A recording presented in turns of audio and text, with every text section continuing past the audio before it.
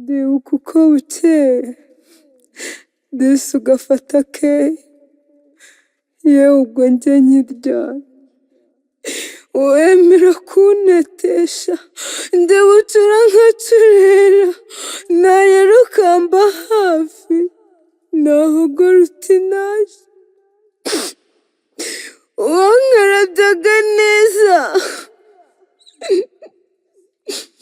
none dore uragiye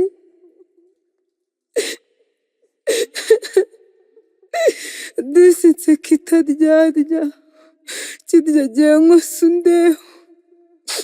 wandaye icyo gitsure ntiwamahamuye rwose wansabiye n'imbabazi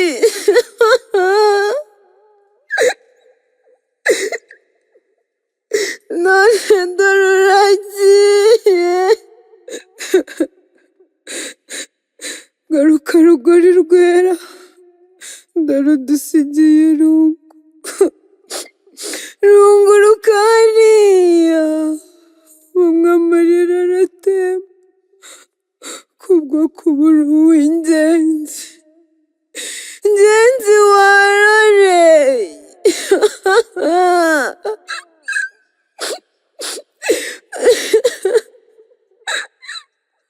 ugiye tukigukunda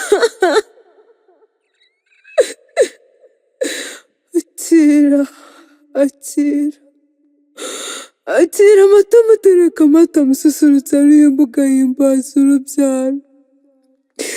akira iki gisabo uzagicundiremo amata kandi burya ngo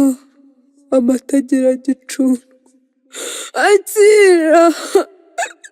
akira akira ariko dusigiye irungu mbe mwari warezwe neza ko udusigiye irungu urungano rurandumye ngo genda niko bigenda akira akira akira iki giseke kirimo ibanga ry'uwo wahisemo uzagatereka ku musego ku muryango wakingisha inyegamo kandi ujye uzirikana yuko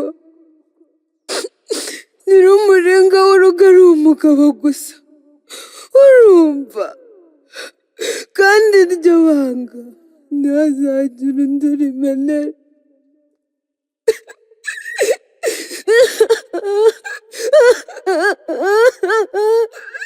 akira akira